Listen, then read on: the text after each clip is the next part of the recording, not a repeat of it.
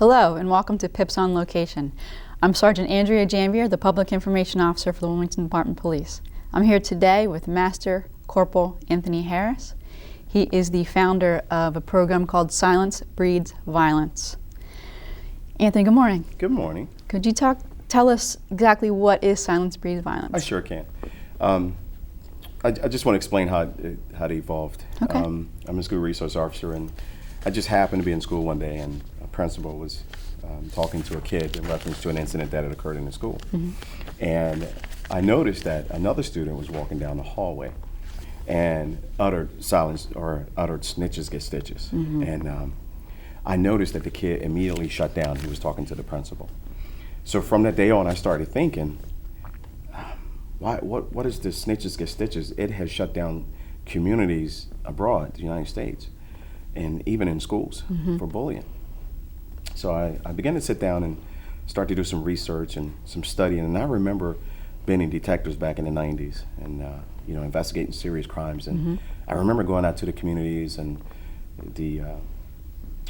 they would freely come up and talk to the police. Right. The neighbors would have no problems at all talking to the police about mm-hmm. a crime. And seeing like they were disgusted that crime were occurring in their neighborhoods. Mm-hmm.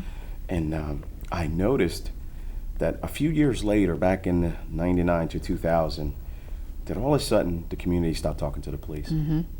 And I started thinking about how that phrase, snitches get stitches, has shut down our communities abroad. Mm-hmm.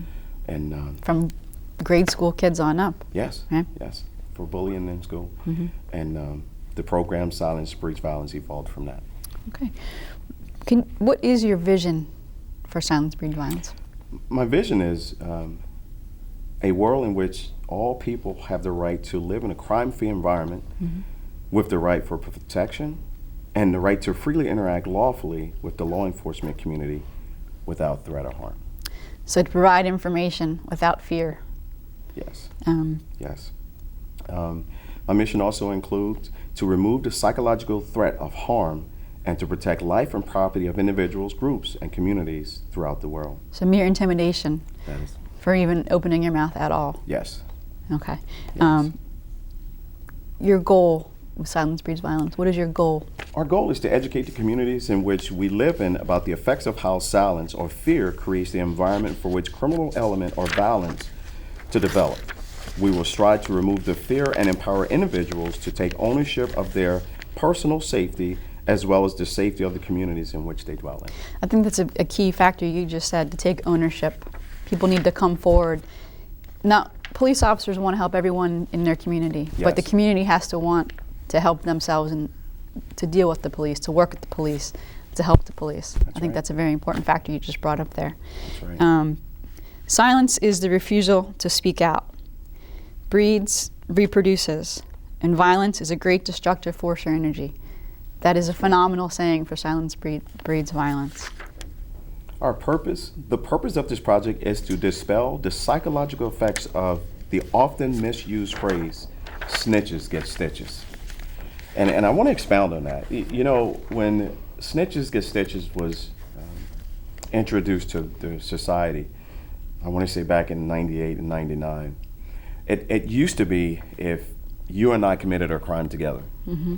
and the police happened to capture you, and you talk to the police about my involvement. The threat was to prevent you from talking to the police. And there have been many occasions when a person was picked up and was arrested, and as a result of that, once they get out of jail, they come back after the person that they conspired with to commit that crime. Mm-hmm. But what I've learned over a period of time was this word snitches get stitches has shut down communities abroad. And it changed the mindset of the free community person, the person's ability to talk to the police to, I'm not going to talk to the police in fear someone's going to come after me. Mm-hmm. And what I realize is, in the communities, you'll have a community of 50 people. And because of the fear of one person, it has shut down that whole community abroad. Mm-hmm. How do we let 1% of a community shut down an entire community? I don't understand. So your goal is to educate people, to help them feel comfortable and reduce the violence. That's correct. I want to empower the community members in that community that this is your community. Mm-hmm. It's not the police's community. Mm-hmm. It's your community. And we provide the resource as well as we are resources to you to resolve crime from evolving in your neighborhood. Exactly. I think you also have a key point in here. You don't have to be a criminal to snitch. That is so true. That's correct. I've been on the force as well for 18 years, and when we go to crime scenes, any type of crime scene, whether it be a shooting investigation, a stabbing investigation, you can have the community surround you, and you can attempt to talk to 50 people. That's right. And the typical response is, I didn't see anything. That's right. That's right. And I remember talking to a supervisor, Sergeant Bowers, one day, and I was talking to him about silence breeds violence, and he brought up a key factor. He said, if you live in a certain neighborhood and a murder happened in front of your house, would you talk to the police? And I say, Sarge, that's a good question, but what we have to think is, if that same perpetrator is out there years later, and that's the same perpetrator that kills a kid or a child that live in my house, did I do my part as a community member? You know, could I prevent this murder from happening through utilizing my resources to communicate with the police? You know, that's something we have to think about.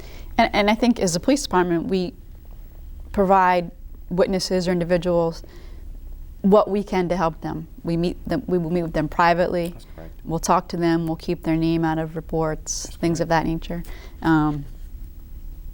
How do you go to different schools to present this program? Yes. Tell me a little bit how the word gets out about this program. I presented the program earlier this summer through Parkway Academy, through the media, and as a result of that, and I've also been on Dr. Morton's talk show about the program, and so the information's out there, and I usually get a call from one of the schools to come in and talk to the schools about bullying and how silence breeds violence has affected bullying abroad.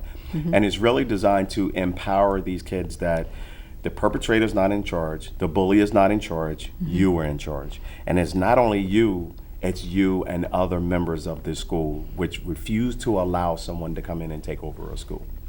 And it's the same thing in the communities. I've communicated with quite a few council members who are now asking me to come out and talk to the community members. And I love talking to the communities and kind of re-empowering them that you're in charge, not the police, and not that 1% of criminal element in your neighborhood. That's right. We have to empower everybody to communicate with law enforcement without fear. Yes. And then we can hope to prevent crimes. That's correct. In doing that. Who is your targeted population with your program? I would like to,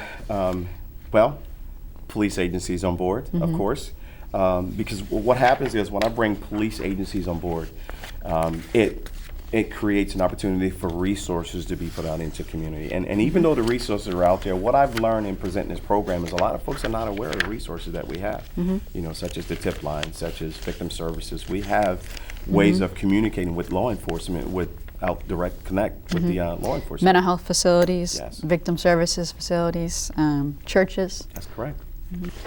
Well, Anthony, I think this program is absolutely wonderful for the city of police, the citizens, the schools, and we applaud you for bringing this to us. Thank you. Thank you for coming here today and taking time out of your busy schedule with the school.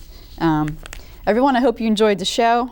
Before I go, I'd like to remind you, if you want to sign up for your text, the code is 888-777 for mobile alerts for any information you'd like to provide us. And I also wanted to read off to you, I apologize, I don't know these by heart, some contact numbers that we talked about in reference to the police department's availability. Our community policing unit number is 302-576-3932. Our victim services unit for Wilmington Police Department is 302-576-3622. Our domestic violence coordinator's phone number is 302-576-3648. Free services for children who have experienced violence or trauma.